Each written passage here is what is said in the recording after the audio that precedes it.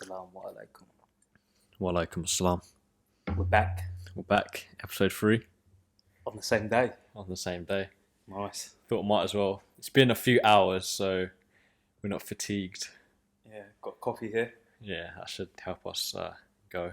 and custom pressed rhubarb. Yeah, I mean, I'm not a fan of that, but I got my water. So that's enough for me. When was the last time you had it? I don't know.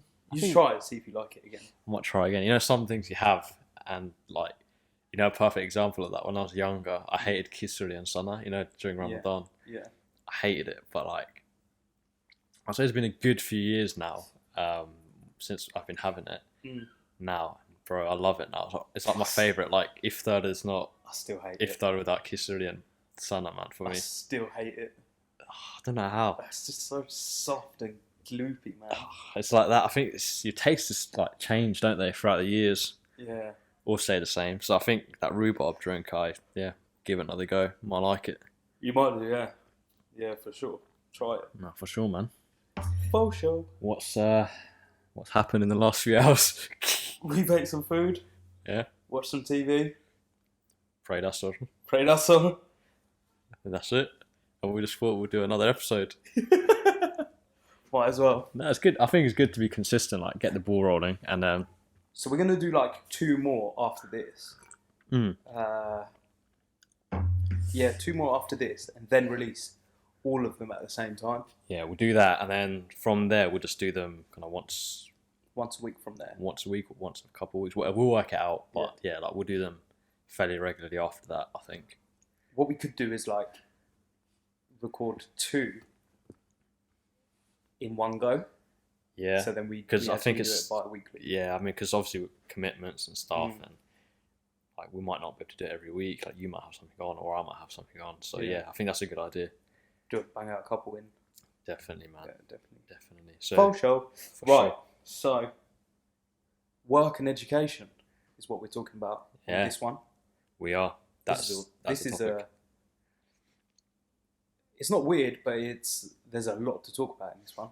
Yeah, and I think it's a big thing, especially in our age group, Yeah, this generation. Like career is a big thing. Education's obviously a big thing. massive. It's a big thing in our community. Yeah, So we Yeah, thought we'd massive. cover it and talk about it, and also share some of our experiences. yeah. Yeah. Do you want to go first? Yeah, man. So yeah. What's your roadmap been like from, say, as a little kid till now? So your work, so your obviously first your education experience, and then work up till now. Okay. Yeah. I mean, as a kid, I didn't really have. I didn't know what I wanted to be. If I'm completely honest, like how you're a kid, you want to be like a footballer or a policeman or something. Like I honestly can't remember what I wanted to be. Yeah. I don't know why. I just didn't really think about it too much as a kid. Obviously, I was all right at school.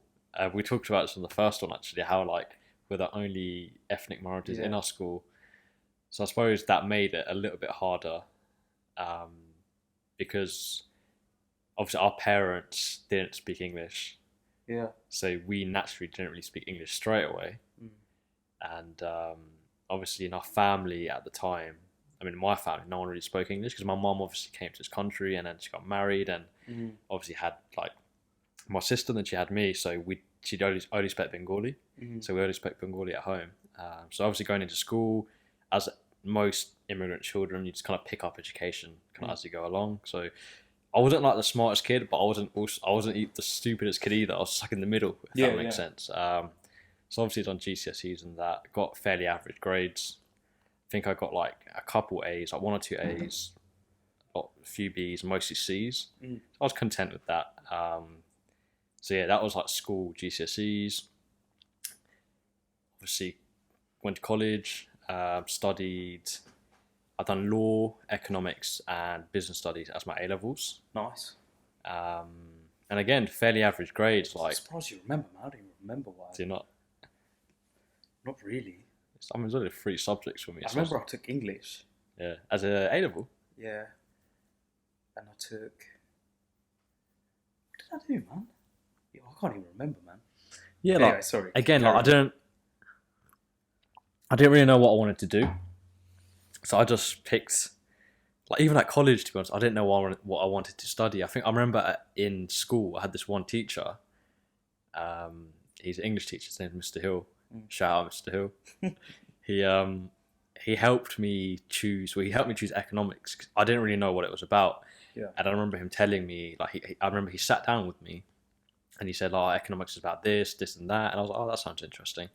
So I chose economics. Was it hard? It was hard, yeah. Economics was hard, but it actually turned out to be my best subject. Oh, awesome. So Nice. I mean, in my A levels, I got BCC. Mm. And to some people, especially we'll go into this in a bit, like obviously education is a big thing. There's this expectation you need to get like A stars, Yeah. A's, etc. Luckily, my mum wasn't too much like that. Yeah. She wasn't. She was obviously wanted us to do well, but she Yeah. wasn't like too concerned in that sense. So my mum was calm. So yeah, I got BCC in my A levels. So I got B in economics, C in law, C in business studies. And again, I was content with that. Got me into university. That's the main thing. Yeah, it got me to that's the main thing. And yeah, again, I didn't really know what I wanted to do in university either. Yeah. And as typical Asian, I'd done business studies. And then I think final year, you had an option to like go down a specific route, like finance, marketing, or whatever. I went down economics because obviously I'd done economics at college, sorry. So yeah, I'd done business management and economics at uni. Nice. Yeah, and I graduated with a 2-1, which was again enough for me. Yeah. So yeah, I was quite lucky in the sense my mom didn't pressure us to get like A stars and A's. Obviously, she wanted us to do well. Yeah. She also wasn't comparing us to our cousins, which is a big thing. So yeah, it's massive. Yeah. it's a big thing. Like, and for me, on my mom's side of family, my sister was the eldest. I was the second because my mom's the eldest out of her siblings. So we're the oldest grandchildren. So I was actually the first one in my mom's side of family to go to university, which is quite a big achievement, I think, like looking back at it now. Yeah.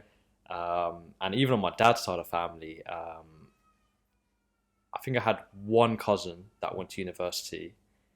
And then I had a couple, I'm quite close to my second cousins on my dad's side of family, and a few of my second cousins went to university.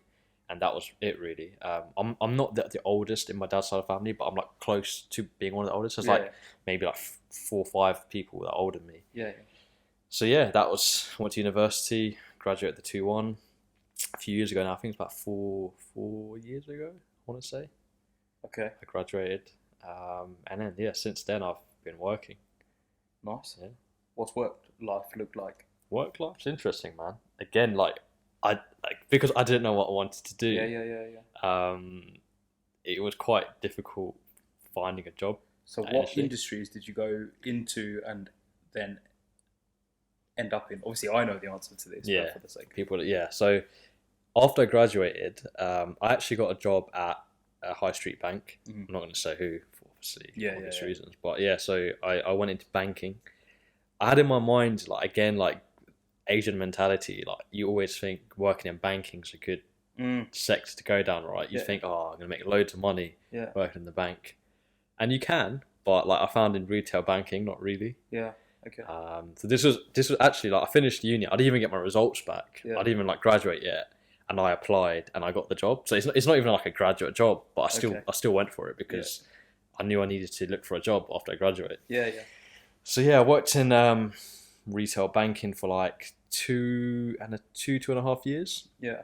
I've done, I started from the beginning working as like a cashier, worked my way up to obviously being one of the personal bankers essentially. So doing loans, credit cards, etc. I progressed as much as I can. And after that, I kind of fell into the tech industry, like SaaS, so software as a service. So like in a commercial kind of sales role. I kind of fell into that. So what did I do after that? Oh yeah, I actually moved to London for a bit. Yeah. Because I thought obviously good jobs are in London. Better opportunities. Yeah, better opportunities. So I had to kind of obviously leave my mum behind, and obviously my mum's on her own and stuff. So it was quite hard for me to do that. So I got this job. It was a really, really good job actually. I really enjoyed the people I worked with. But I decided it wasn't for me 3 months in. Yeah. I was living with my uncle at the time, and I was just like, nah, it's not really for me. I'm obviously away from home. The job didn't actually pay too well. Okay. So I was like, nah, you know what? It's not worth it. It's not worth it. So I moved back, And there was a period of time. Your mum must have been glad to see you Yeah, back. she was innit? glad. Like, she was really upset when I left. But she knew why I had to go, and I think as most Asian parents they would be, especially like because my mum was on her own. I'm the eldest son. Yeah, yeah, She relied on me quite a bit for like shopping and stuff like that. sure. So obviously that was quite hard. But then when I moved back, yeah, she was happy. She was really happy. But I didn't have a job for like 2-3 months, and it was hard, man. Was it? It was hard. Like I remember I had to use my credit card quite a lot. I don't advise it at all. Same. Yeah. like, That should be like the absolute last last option. resort.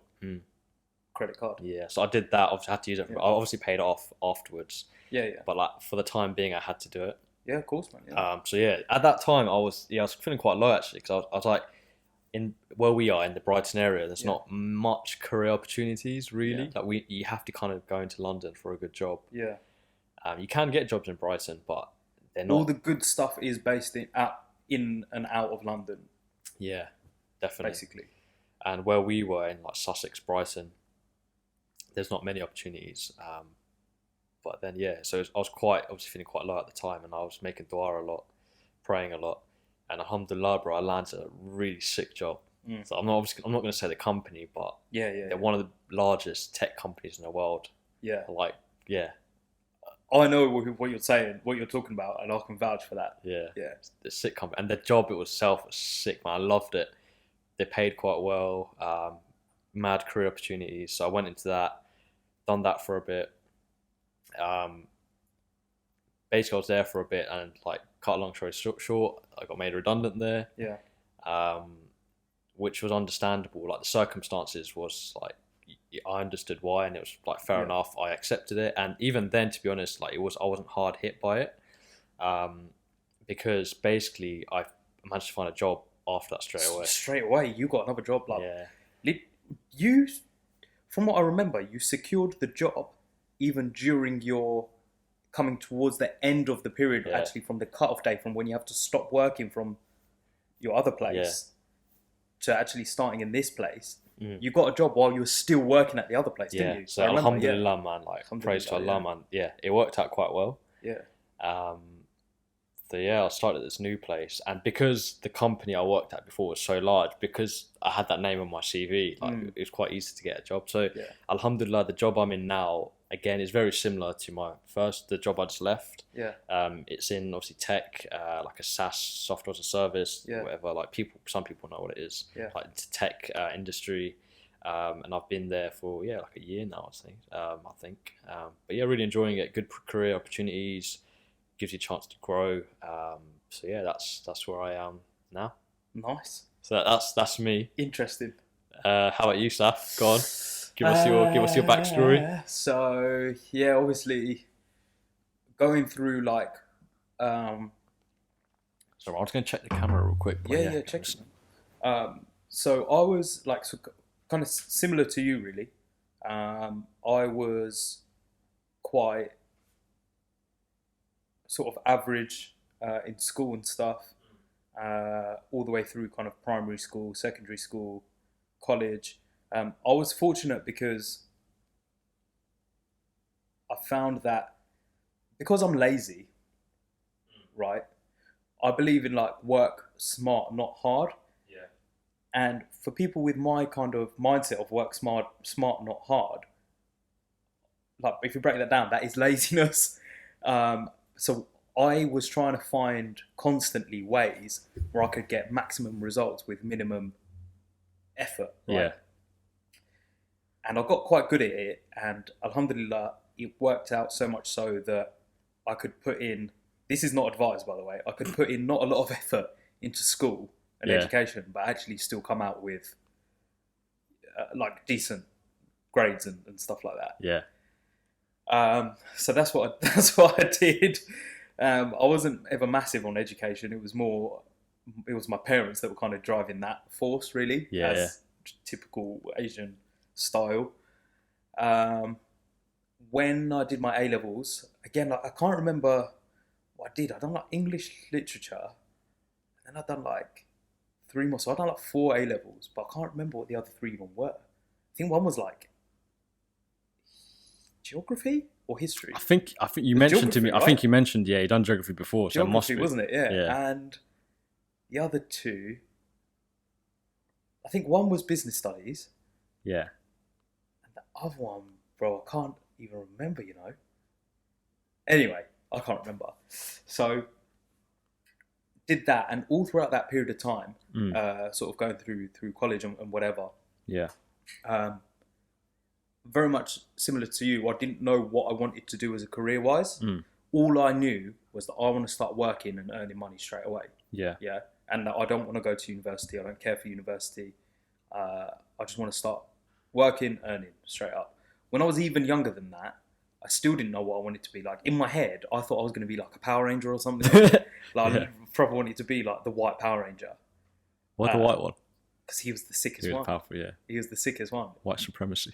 No, anyone that's watched Power Rangers, we know that the white one / green one Was the Tommy, strongest. he was the sickest You know, one. I know it's slightly off topic here, but I saw this meme about the Power Rangers. If you think about it, in the first Mighty Morphin Power Rangers, Red Ranger, he was a Latino American, like Red Indian. Oh, yeah. The yellow one was Asian like Chinese. Black one was black. Oh, yeah.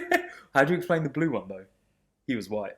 Yeah. The pink one was white. But then, obviously, the white one, the most powerful, was a white guy. Also white. But he was also green as well. He was also the Green Ranger. He was green when he was evil.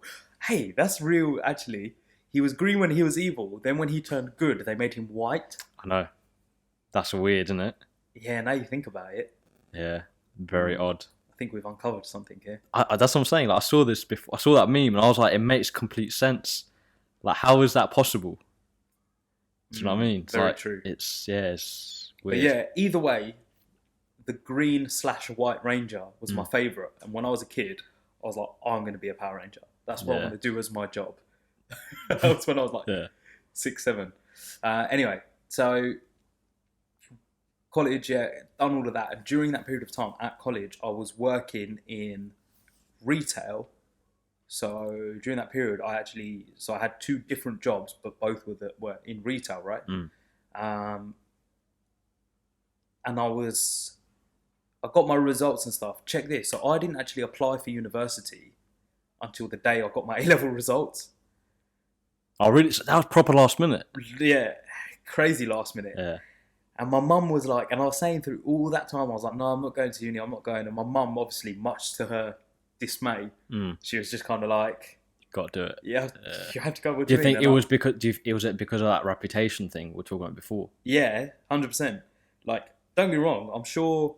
She was obviously looking out for your best interest as well. Of course, yeah. But I think there was also quite a major factor of people saying, oh, look, such and such's son didn't even go to uni. Yeah. Yeah. There is a factor in that. Yeah. That is definitely a factor in going to university on all of that stuff, yeah? Is it all good? Yeah, the video went off, but I'll carry on. Oh, why'd it go off? Don't worry, I will edit it somehow. Yeah, it'll be fine. We need to sort out the video stuff, don't we, really? Yeah. Sorry, everyone. All good? Yeah. When we put the video out, there might be a point where it cut out. But like you could view it and then you could listen to it as well. But we're still in our humble beginnings, so we're still figuring it all out. Yeah. Technical difficulties. Yeah, we're not very technical guys either. Like we don't really do much editing, video. I still don't know how we're gonna do it. If I'm honest, we'll figure it out, man. Inshallah, we'll be fine. Inshallah. So anyway, so I was like, no, not going uni. She was very disappointed in that. Then it got to the actual day. I got my A-levels, opened them up, and obviously saw that they were pretty good, yeah? Yeah. And then, so I came home. What did you get in your A-levels? Do you remember? I don't remember exactly, but it was a few A's in there. Good, alhamdulillah. Mashallah. Yeah. Alhamdulillah. Glory be to Allah.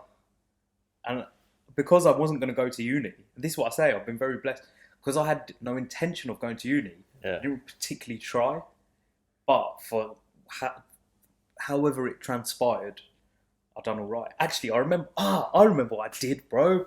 I did like ethics and philosophy. That was the other one. That sounds quite interesting, actually. It was very interesting. I find ethics and like philosophy and all of that stuff really interesting. It's very interesting.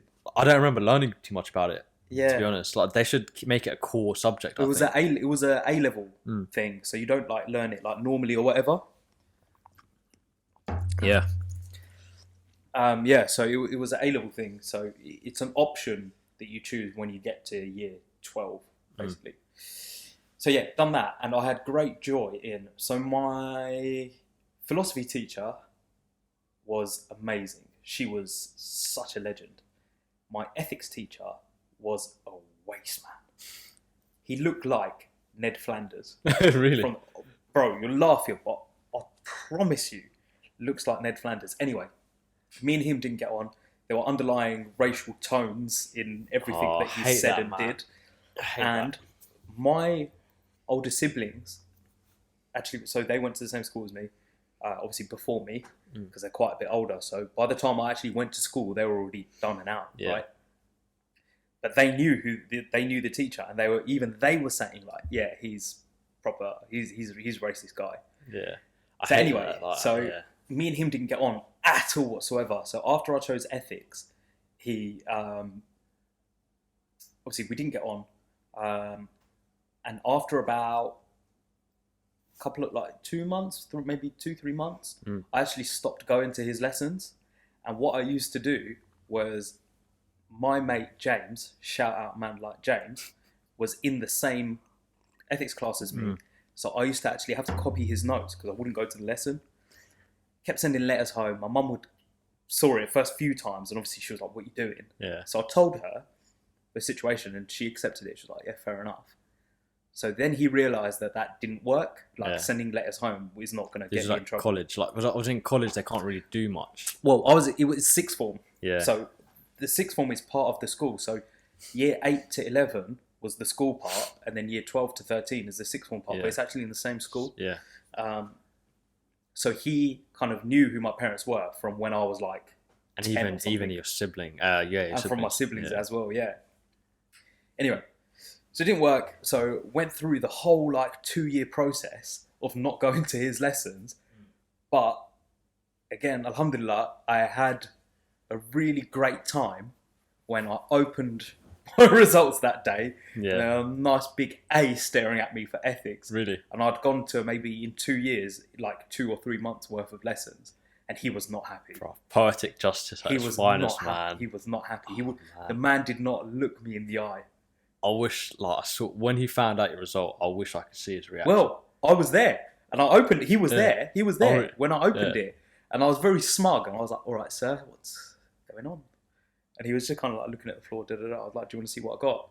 And he was just sort of mumbling. So You probably thought. I got the paper, and I basically, bruv, I stuck it so far in his face. There's probably his snot all over the paper, bruv. I was like, "Look, look." Man, that must have been such a good feeling. It felt so good. Yeah. Felt so good. And then he was just looking at the floor, didn't really say an awful lot, and then I went. Then I went home, showed my mum, who was very happy, and then she was like, "Look, you need to go to university. What are we going to do with these grades that you've got? They're, quite good and whatever. You need to put them into practice." Okay, cool. So I decided, right, what do I do? What do I like doing? So at that time, I was also working in the events industry. So I was doing retail by day, part-time, and events industry by night. So I thought, I quite enjoy that. That's pretty cool. So I'll just do event management. So to speed up the process, I had to phone them, and the woman who was the course leader or something, course director or something, she was like, "Look, there's literally a few spots left for events management, and there's a lot of people who have applied to do the thing. So why should I choose you over everyone else?" So I then had to justify, and it just so happened at that time I was arranging an event, which again just so happened that it panned out to be really, really good, with a lot of attendance, a lot of noise around that particular event. I'm not going to say what it was, but yeah, and it went really well, and it was really good, and she was very impressed. So I told her all that. She was like, "Okay, I'll phone you back," and whatever. And then that evening, I got an enrollment email and That's crazy. On in a day, like obviously you didn't apply for university. you know the UCAS situation. I didn't even do it. So you went directly to the uni. Yeah, I didn't even do the UCAS. I had to do it after I got the enrollment Yeah. as a what do you call it? Like a formality. Yeah. Yeah. That's I didn't actually. That's do so the, good, man. So basically, you didn't really want to go to university. Then your mum kind of made you, and then you applied, and you got a space in a day. Yeah. That's crazy, man. And I chose that particular uni because one of my cousins was also going there. So I thought, at least I know someone there and whatever. Yeah, for sure. I went there. I don't regret it at all. The only part I regret was, I don't regret it at all. The only thing I do regret is the subject I took because I really think uni's such a great opportunity to do something amazing. By amazing, I mean like engineering and law and medicine, and there's so many really tough subjects. I don't really believe in university unless it's.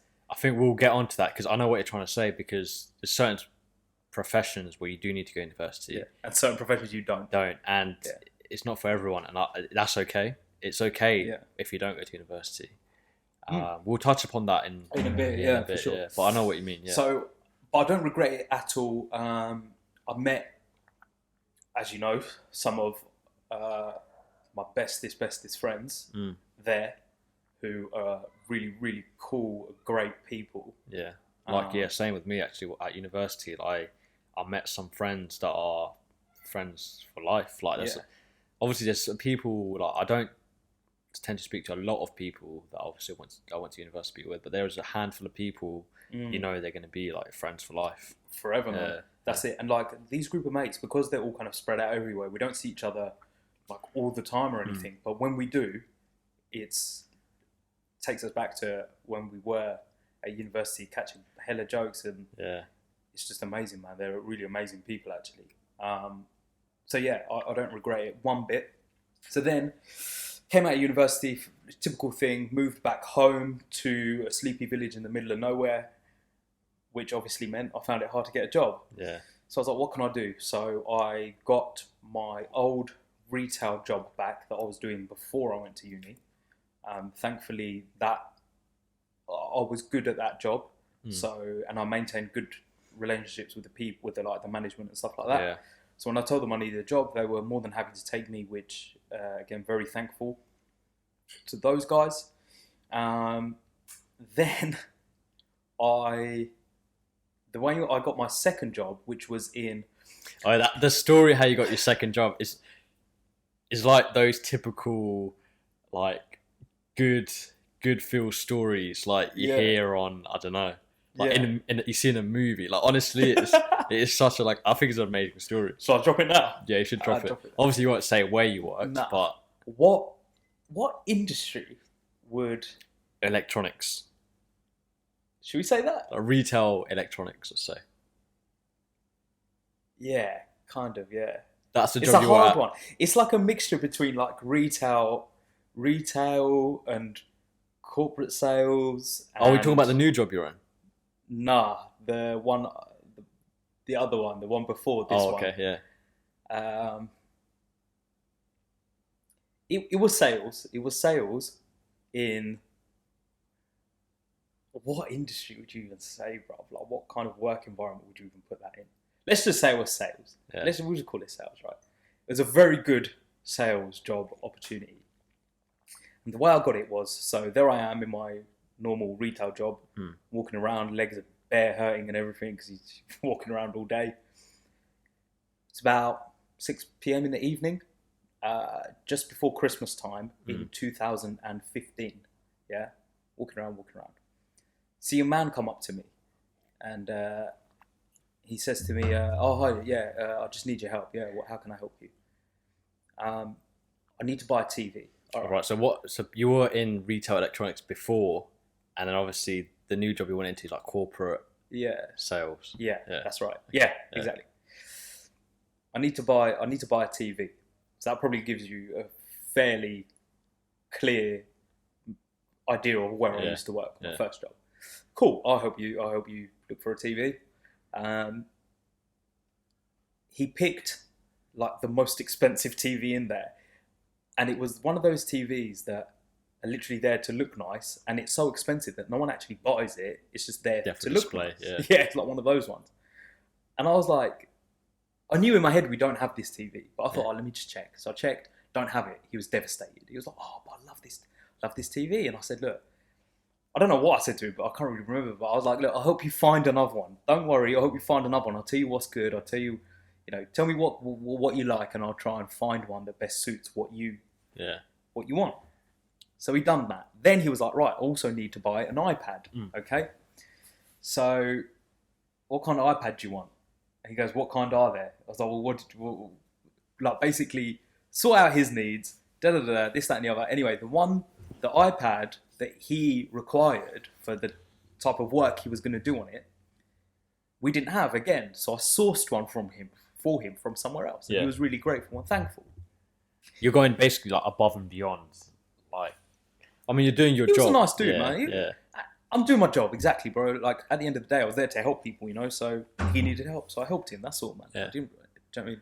Anyway, left very happy, Then about 2 weeks later, one of my colleagues comes up to me and he's like, Saf, I've got a guy, he's come in looking for you. And I was like, what? What do you mean? And I got shook. I had nothing to be shook about because I don't do nothing to no one like that. I'm just not involved like that. Trouble or something. But I was like, what? Somebody coming looking for me? Like, why? What's that about? So,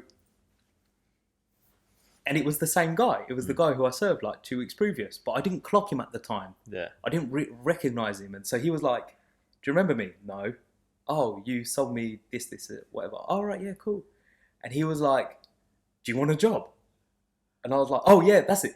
The first time he came in, when I was helping him take his stuff to the car, all I knew, I didn't know what this man did. All I knew was he was driving a very, very nice car. Yeah. Right. So just bear that in mind. So then when he came in the second time and he was like, do you want a job? All I remembered was his really nice car. Yeah. So I didn't know what he did or where he was from or what his name was. And I wanted out of retail so badly. I was just like, yeah, go on then. Because obviously, like, you finished university, you wanted like a proper job. Yeah, a proper job. You know what I mean? So I was just like, yeah, cool. So then he said, okay, take my card, give me a call. And then I can, I'll fill you in a little bit more. So I was like, all right, cool. So I got he gave me his card, and obviously I saw the logo that was on the card, and I saw his job title, and I was like, straight away, you hit the jackpot, boy. This is hard. So then, a couple of days later, I didn't want to seem too keen in it. So a couple of days later, give him a few days. Yeah. Exactly. A couple of days later, I phoned him up, whatever, and he was like, yeah. This, that, and the other. I was really impressed by, your whole character, the way you helped me, this, that, and the other. I'm looking for someone to do this job for me. Do you want to do it? So I was like, yeah. Well, what do you want? Should I send you my CV, or should I come in for an interview, or what? He literally just turned around. He was, no, not required. Don't worry about it. Just come in on this day and sign the contract. Look through the contract and sign it. So I was like, okay, cool. Then, it doesn't end there. So I was like, all right, cool. Then, I had an issue with my eye, right, at that time. So I had an issue with my eye where I couldn't see out of one eye. I don't even know this. Oh, swear down, really? So I don't know what happened, but it was like white. Yeah. Like, how scary, when you close your eyes, it's black. But it was white. But it was white, so I couldn't see nothing. That's scary, man.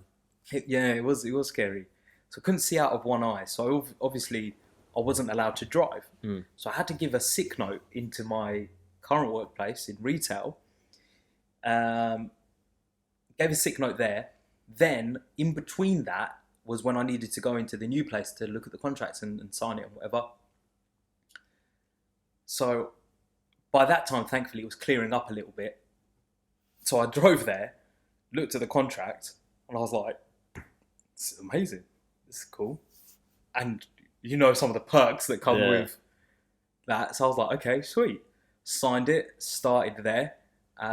Just like that. You just got like a job. And as soon as I signed it, I handed my notice into retail. So the last time my retail job actually ever saw me was when I gave my sick note. Oh, into them. okay. So I Yeah. actually didn't really get a chance to go in and say my goodbyes and stuff to people there. But anyway, whatever. So I started at that job, stayed there for 4 years. I like to think I did pretty well. Done all right, You innit? done really well in that job. Like, obviously, I know what you did and Yeah. how successful you are in that job and the perks with it and stuff. Like, alhamdulillah, bro, you're doing quite well. Alhamdulillah, done well. And the guy that hired me eventually, midway through so I was there for 4 years. 2 years in, he retired. The other 2 years were not good in terms of I was still doing You didn't enjoy the job though. not anymore, and that was because he was like my mentor, him and so he was my director. My direct line manager was someone else, another guy, and he was sick as well, both of them. So I loved working there for both of them, and they both actually, one left and one retired. And the management that came in to take over were just abysmal, and you could see it straight away. And that's when I stopped enjoying it. So then after that, I've been going on for ages, but after that, Quite the story though, to be honest. after that, obviously, Solly, I was hating it so much that Solly took pity on me and pulled me into the tech industry. He was like, just come on, man, what are you doing? Yeah. Just come over here. So I knew how much you hated it, and like obviously when we'd chill out and stuff, and obviously go out food and whatnot, like you would always complain about it. One thing actually that I've just thought of. Do you think my personality's changed in between then and now, or do you think it stayed the same? No, it's the same. I'd In like- what way? that's good. In I'd what like way? to think that. In what way do you mean? Like in terms of, because when I was at my other job, particularly towards the end, I would come home I'd be very unhappy and. Oh no, angry like and all if those things. you would talk about your job, but like you wouldn't go on and on about it. Like Yeah, you'd yeah. mention it every now and again, but like Yeah. you didn't seem down and stuff. That's good because I like to think that I'm good at not letting work stuff affect Oh no, my no, personal. not at all, man, not at all. Oh, that's good. But yeah, like you said, little pity. I took a little pity on you, Thank you. so I had to pull you up. Thanks, man. I Yeah, appreciate yeah. it. I think this a lot, actually, that thankfully I know someone like you with such a good character and good heart. So thank you, man. I appreciate that, man. But So you saved me from a lot of unhappiness, honestly. That's what Yeah. we do, bro. That's what bros do, Yeah, man. When alhamdulillah for you, bro. brother in Islam, man. When someone bro. you look out for someone, even if you're not good friends with someone, Yeah. you always have to look out for a fellow Muslim, man. I think, and yeah, man. Whatever it is, studies, career, whatever it is, you always have to look out for your brother or your sister. So That's it, man. yeah, man. So I've joined Solly in the tech industry, and I love it. I like it. That's good. A Good lot. to hear, man. Yeah, for sure. Glad. For sure. Yeah. So that's Going a bit of background about us and our career. I'm really sorry. I just banged on for Bro, it's good. I feel like giving an example and a background into what we do obviously gives insight into us. Also, it might help some people with their journey, especially if we have any listeners that are slightly younger in university or graduated, like young professionals, it definitely might help them. Because I would like to think we're professionals in our own right. We've been working for a good 4 or 5 years now after university. Do you want to hear something really funny? Go on. So anyone that's listening, basically, my cousin was supposed to be joining us. Yeah. And it's 9:05 now at night. He's texted me going, "Hey, bro, sorry for the late heads up, but I'm working this weekend." Oh, now. Yeah, literally. I mean, the just week at half gone already. I was like, "Do you think?" Yeah. I mean, half the weekend. So I can feel, bro. What do you mean, bro? I'm still here waiting for you. Yeah, we've got it all set up. The mics and everything ready. Where are you? Funny, man. Nah, inshallah, I'll get him in on another Inshallah. time. He's a sick guy, man. Yeah. He's proper interested. Yeah, really like interesting. we'll get some more people on, inshallah, about the next ones. Yeah, so that is my very long-winded explanation of how I got here and where I am now. Alhamdulillah, regardless, whatever happens, man. Alhamdulillah, it worked out for us, but even if it doesn't work out, alhamdulillah, regardless. Always. Going back to education, what was your mum's expectation of you? I know you said she was fairly lenient and whatever. Yeah. And she wasn't very pushy, but what was her expectation? Yeah, Do you so know? my mum, my mum's quite, alhamdulillah, she's quite chilled out. She's quite easygoing. she didn't really have much expectations of us. Like, yeah, like she didn't. She just wanted us to do what we want to do.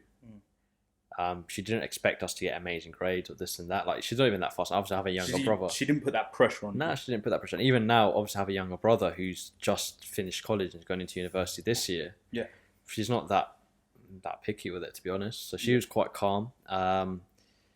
Obviously, it's good because there's no pressure. But I suppose it could also be bad because it's good to have a bit of that pressure and to have your parents to have a certain expectation, because in some ways it pushes you. Keeps you on your toes a bit. Yeah. So it's good to have a balance. But yeah, like my mum, alhamdulillah, luckily she didn't have much of expectations like that. And I know within our culture, it's quite prevalent where parents do have, strict expectations. And from obviously your mum, she sounds like not too much pressure, but she had a bit of that expectation. Yeah. So my mum was very much kind of in the middle. So she wasn't like really, really pushy, but like she wasn't pushy compared to some people's parents who I know. Yeah. For example, she wasn't that level, but at the same time, she was like with the uni thing, for example. I don't regret going, and if I didn't go, it might have been a bit of a mistake if I didn't. So in that respect, like I feel like that little bit of pressure is good. My dad, on the other hand, never really had an opinion of what I should be doing, but anytime there was any kind of bad news, he was like, "Oh, well, such and such's son does this." Yeah. And I'm like, okay, well, that's not really helping me at all, because like you're not giving me advice on like what I should be doing, but all you're doing is anytime anything goes wrong, you just say like, "Oh, well, why don't you? Such and such's son or daughter is doing this." Yeah. And I'm like, well, what are you trying to say? I don't really understand. That's the thing. And I feel a lot of Asian kids and African kids and even like Arabs and East Asian, like Chinese and stuff like that, can resonate with that a lot, where their parents give them a bit of stick. Yeah. Where it's like, the comparison thing. Well, such and such's son is a lawyer and he done his GCSEs when he was 5 years old. Yeah. And it's like, okay, well, you don't really get that. You probably still do get it, but you don't hear it as much in the white community. Oh, definitely not. I don't think. Definitely they're not. quite laid back from like people we know and what we've seen and heard. It's mad. I wonder, like, obviously we're not going to go into too much detail, but like, obviously because my mum kind of raised us on her own, and like a large part of my childhood, my dad wasn't there, and like obviously like we have a bit of a relationship with him now as we're older and stuff. But I would say between the ages of when I was maybe like 12, 13, up until only the last few years, we didn't really have much of a relationship with him. Like we didn't really see him, but now we do. But during that time, I wonder, obviously during the time where he was absent, I wonder what it would have been like, how he would have been like if he would have been strict or if he would have been laid back. He's quite laid back now, obviously, like I speak to him now. Yeah. Is that because you're like grown up now, isn't it? Yeah, grown up now. But I wonder what he would have been like if we were kids, if he was strict or not. That's an interesting thought, isn't it? Yeah, because you were obviously talking about your dad just now, how he's compared. Like, I wonder what he would be like. But it's hard. It's difficult to say. It's really hard to say. I reckon because of the type of person he is, he's very much like my mum. He is quite laid back. So I reckon he would have been very similar to my mum. Just laid back as well. Yeah. Which I think is a good approach to take. Like, if I'm honest, the last thing you want to do is break your kid with pressure. Do you know what I mean? Yeah.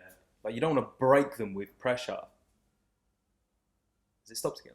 Yeah, I don't know why the video keeps stopping. Like, the first one was good, wasn't it? Yeah, it was good. I don't know. I think it's something to do. I'll figure it out. Like, it's something to do with the memory. I think it's fine. She would just carry on his voice. Yeah, don't worry. Yeah. Obviously, as we're talking, I'll see what I could do. Maybe get up and running. We really need to invest in perhaps some camera equipment. Or I think it's to do with my memory on my phone. Oh well, we'll sort that out. We'll figure it out. Yeah. It's fine. But I think it's very much there was a lot of pressure when it comes to typically the Asian community, and like we said, the Black and East Asian and African Arab communities as well. Yeah. you do get a lot of pressure. enormous amounts of pressure. Yeah, like they compare you be to like, your cousins and your older yeah, siblings as well in some cases. to be like, it's either engineer, doctor, lawyer. Yeah, Those three things. And if you're anything other than those three things, then in their eyes, you're almost like a failure yeah. until you prove it otherwise. It's quite Which sad, you is know. very Like, sad. yeah. So that kind of brings us on to the main topic of this as well. Obviously, our background and our story gives a little bit of a backdrop into it. Mm. But yeah, we want to discuss this this toxic trait within our community of Yeah. having these expectations in education In the first place. in the first place, and Yeah. then obviously what comes with it is like comparing you to others. Yeah. And I've seen, and a lot of people might recognize what I'm about to say. On Facebook, years and years and years ago, I saw this one like picture or something, or whatever it was, and it was something like, it was something to do with like comparing a monkey to a fish. Yeah, And it was like, if you ask a fish to climb a tree, yeah, then obviously it can't. If you ask a monkey to climb a tree, it will do it very well. But if you ask a fish to swim, it will do it very well. But if you ask a monkey to swim, it's not going to do it as well as the fish. And then went on to basically say the education system and the expectations of education are not catered towards, individuals. yeah, It's a very rigid form, and everyone has to do education the same way, yeah, regardless of whether it plays to their strengths or not. Just like a fish is an amazing swimmer, but not very good tree climber. yeah. Like everyone's got their own. Everyone's good at certain things. Like some people are creative, some people are academically gifted, Yeah, some people are more practical. Like we're all Yeah. made differently. Allah makes us all differently. different, man. And exactly, I strongly believe, just because, someone comes out, let's say they get all E's and U's in their academic, like GCSEs, personally, in my opinion, I don't think that makes that person stupid, Nah. because they could be very, very gifted and talented at something else. Yeah, that's the thing, man. You And know? like you hear about certain entrepreneurs and business people that don't really have an academic background, but they start some of the most successful businesses. Yeah, man. Like you don't have to have an academic background, and Yeah. like certain things, like if you're into your kind of creative, obviously if you're, I don't know, like a photographer or some sort of artist of some sort, like you don't necessarily need a qualification. No. Obviously it helps, but like you don't. With stuff like that, it's more about experience, isn't it? Yeah, As opposed to. So here's what I think. Getting a degree and stuff like this is like learning about the theory of that particular topic. yeah, Experience is actually doing it. that's it. So let's say I want to be a professional footballer. Would I, if I have read every book and every piece of news article and football video about how to kick a ball, would that make me an excellent football player, or would hours and hours of practice make me an excellent football player? Exactly, that's exactly it, man. And even when it comes to my own personal development, Yeah. like how I am now as a person in my career, nothing from my education, to be honest, has helped me.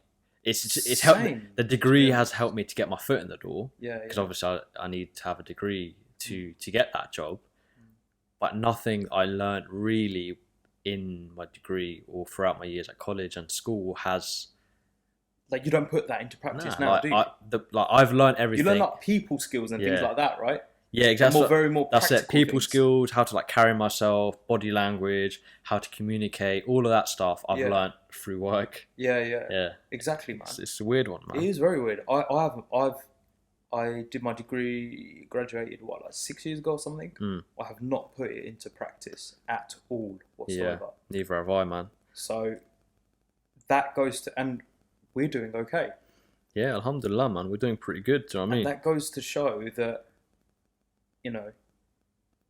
just because you didn't necessarily finish your degree or do your A-levels or whatever, doesn't necessarily mean that you can't go on to do well. However, saying that, I do think education is actually very, very important.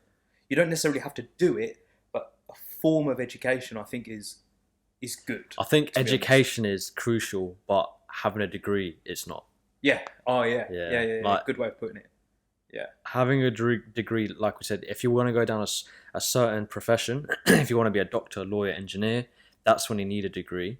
And I think in most cases, like my job, for example, like I think having a degree was like our job is it's like an entry requirement. Yeah. But I think in a lot of cases you don't like people are leaving school, not even going to college and starting up businesses. Yeah. Because that's what they enjoy doing and they're quite successful at it, even more so than people with degrees. And that's absolutely fine. And you're allowed to do that, and you shouldn't let anyone tell you otherwise, even though it's difficult under the peer pressure from our community to say, oh, you need this and you need that and blah, blah, blah, and whatever. The other thing I think doesn't help, actually, which goes back to what we were discussing in our last episode, was social media, where you'll notice people who are really young or really, not of an old age or whatever, who have got really nice car, really big house, really expensive clothes. That's it. And you think really you have nice to follow Rolex. that trend. Yeah, and you think of yourself as a failure if you don't have those things. Yeah. And it's so sad because you're not. You're really not. More time, the people with that really nice car you see, that my man who's 22 years old has posted, rental. Yeah. That's it. Or rental or even lease. Do you know what I mean? Like obviously you got to do what's right for you and stuff, but I think social media gives us false reality of what success really is. Definitely. And I think younger people especially fall into the trap of thinking like, oh, these influencers and that's an living. Increased amount of pressure that comes like, oh, I need to have my own house by the time I'm 22. Oh yeah, oh mate, that no, you don't. That even sometimes even I have to put myself like a reality check and think to myself like, oh, there's these people that are younger than me, for example, that are accomplishing all these different things, but at the end of the day, everyone's got their own journey, and Allah's obviously given us all individual lives and things to follow, and some of us have money, some of us have a house and cars, some of us don't, and some of us are in less fortunate circumstances than where I am now, and you have to be grateful for that. You can only praise Allah for what you have. You can't compare yourself to others. Absolutely. And I think like social media, and on top of that, your own parents, for example, in our communities give that pressure to people. And it's not right. And I think also what would really help is actually if the idea of success is should be individual to every individual person. Okay, so there's not a blanket wide definition of success. So it's not to say that yes, someone who is 25 years old, they've got their own house, they've got their own car, they've got their own this, that, and the other, they've got a rollie and all of this stuff. That does not make them successful. That makes them successful in the eyes of someone who measures success by materialistic things. But for other people, the idea of success is, okay, for example, for me, my idea of success is, at the moment, you're allowed to change your idea of what success means. As you get older and as you experience different things in your life, it's going to change. For me right now, my idea of success is, can I eat and have a roof over my head? Yes. Am I happy and content? Yes. So I'm good for now. That might change tomorrow, the day after, in a month time, year, 10 years. That might change, but for now, I'm good. Same with me. Like when I was, I think this is why it just applies to a lot of younger people, especially. When you're obviously young, you have all of that pressure. You've got your whole life ahead of you, and you look at other people and you feel motivated by them, but also you kind of want what they want. So that's where, like, obviously, you feel a lot of pressure. And my goals back then were slightly different. Like I thought to myself, I might have like a house by then, I might have this many cars. Same, I was the same as you. I was the same as you. 7 years ago, my idea of success was very materialistic. It was, if I have a sick car. Bro, I'm just going to try the camera again. But Karen talking, inshallah, man, this is the last time we'd have issues with it. Sweet. If I have this, that, and the other, that makes me successful. That was my idea of success. But I think that also was when I was at a very immature age as well. So I don't necessarily agree with that, but your idea of what is success changes over time. But I think it's a clear idea to anyone who's listening to actually really sit down and think, what does success mean to you? Like, what is the form of success? I think to you. You hit it on the head, really. Like, I think when you're young, the idea of success is materialistic things. Yeah. And as you get older, you realize it's not. And if you actually become close with your deen and think about, obviously, us as Muslims, we're not supposed to get attached to materialistic things. And the sad thing about society now is a lot of people associate success with materialistic things. Yeah. And we need to be grateful for what we have. Like you said, we have food, we have shelter, we've got our relationships, we've got our friends, we've got our family. And that's the main thing. And I think now, as I've gotten older, yes, I still want a nice car. I still want a nice house. Of course. But if you don't have it, would you think of yourself as unsuccessful? No, I wouldn't. Exactly. I wouldn't. That's it. At the end of the day, we're only successful if we please Allah, right? Yeah. So that's the main thing for me. Yeah. Like you should still want all the nice things in this world. Allah told us we should enjoy this world. Strive for the best. Yeah. Strive for the best. Enjoy this world and have the nice things in this world. But at the same time, we shouldn't forget our deen, and that's the main thing. Yeah. And inshallah, like, if you work hard, like, you would obviously reach your goals. I know that's cheesy as it sounds, but it's true, isn't it? Like, it is true. Yeah, it is true.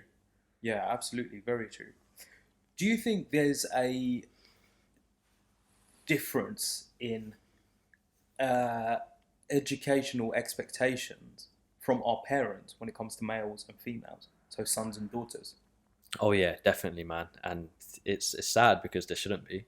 Shouldn't be at all. But there is. Like, obviously, we could only talk from the perspective of being men and sons, obviously.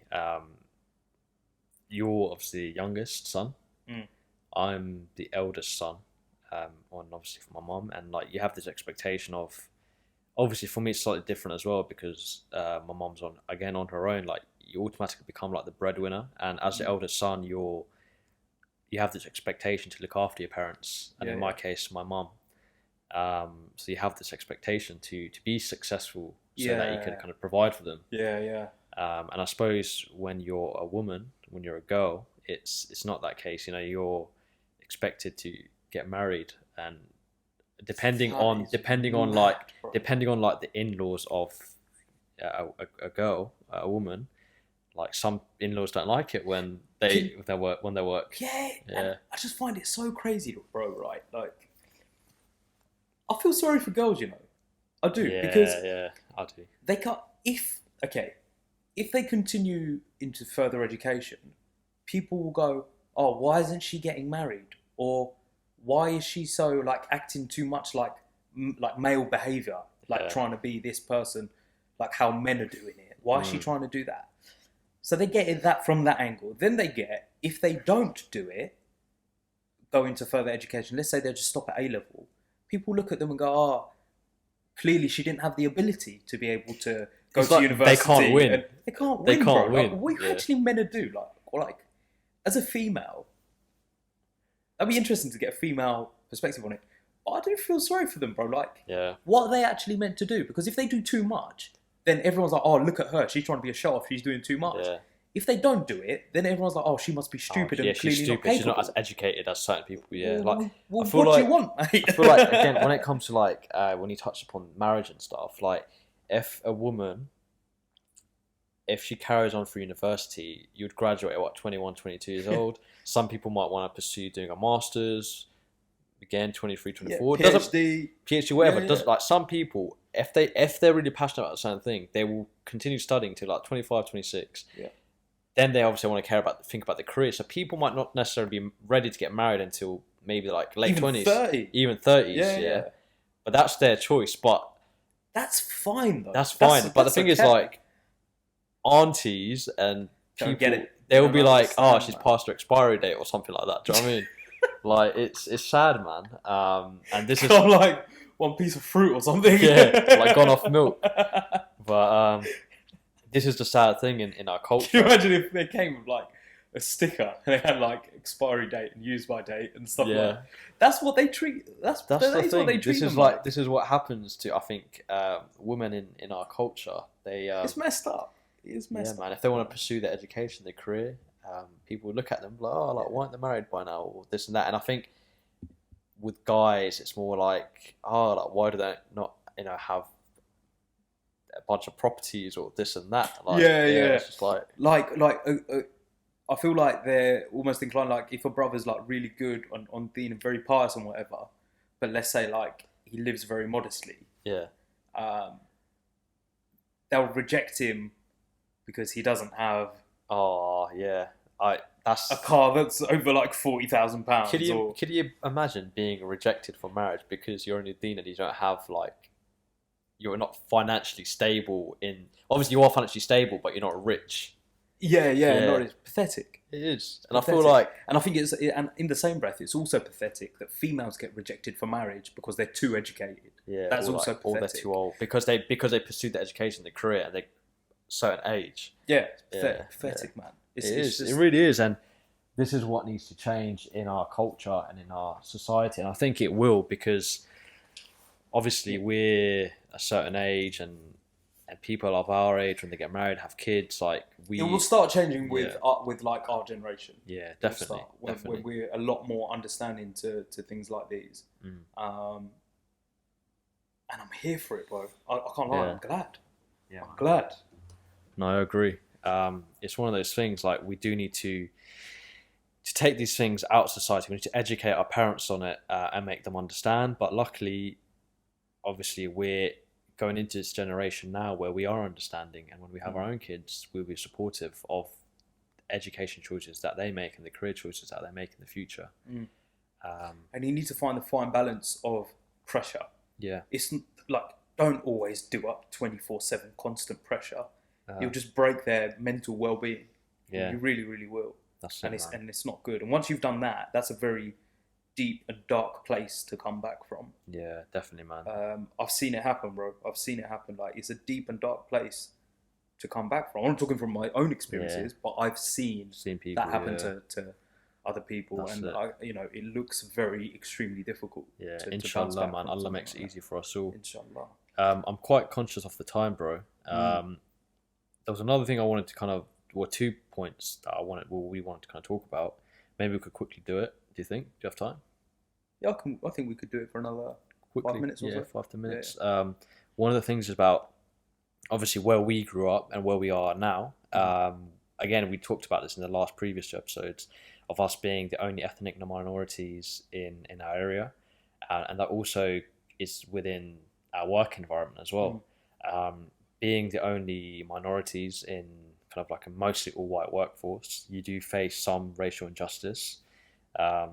You touched upon it just now with your teacher, actually, but it applies in the workplace as well. And a lot of it is down to the fact of this concept of unconscious bias. Sometimes not even that. So unconscious bias is where people are ignorant to the fact that they're being racist, or they're making a decision based on a particular person's colour of the skin. Yeah. Like, for example, if it comes to promotion, they might promote your white counterpart rather than yourself.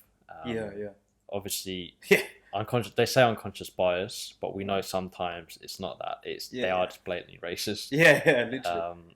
But yeah, what sort of advice or experiences or anything that you could kind of add to that from your experience, or from what things that you've heard in the past? Okay, so I can recall. If I had time, I could probably recall a few. But straight off the bat, I can recall 2 incidents. I'll tell you both of them. The first one was when I was in sixth form, and I'm not gonna bait out what sixth form it was. Yeah. Because, I'm just not. Yeah. So the head of sixth form. So we had a boarding school part to our school. Where you touched upon this on the first. In the very first episode, right? And very much like I said, in that part, the black guys and girls would stick together. The East Asian lot would stick together. The white lot would stick together, etc., etc. The European lot would stick together, etc. Right? So I recall very clearly one time, the head of sixth form. Yeah, I was in the library catching up on work. In the corner, there were some of the black students who were made of students from London and international students from like Africa and from the Caribbean. like I said, they stick together, right? Yeah. Cool. Anyway, they're sitting there minding their own business. They ain't even doing nothing. The head of sixth form walks in through the door of the library, looks in the corner, and quite loudly says, like, I think she thought she was being funny, but she was like, God, it's like being in the bloody ghetto. And I was like, oh man, I was like, what? Did I hear that? Did I? the hell? And then she was like, oh, ha, ha, ha, ha. And then she just like carried on doing whatever she was doing.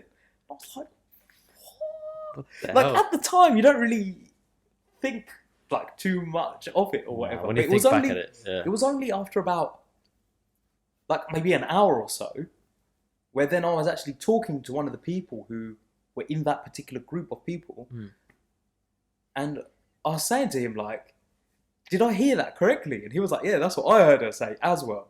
And I was like, "I don't really know what happened from there. I don't think anything happened really. I don't think anyone really reported it or whatever." Which, looking back on it now, is actually very wrong.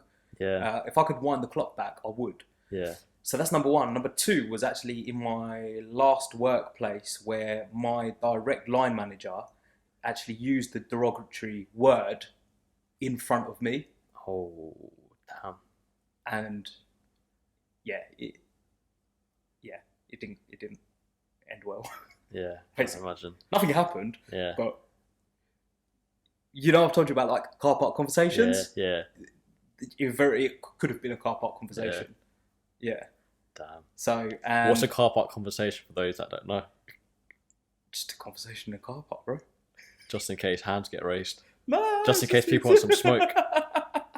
Yeah, I know. I know. Just a car park, a conversation in a car park, bro. Yeah, what do you mean? But I know what you mean. Like, so that's basically what it was. The only advice I could give is, if you are able to, some people don't necessarily have the confidence to be able to speak out against it.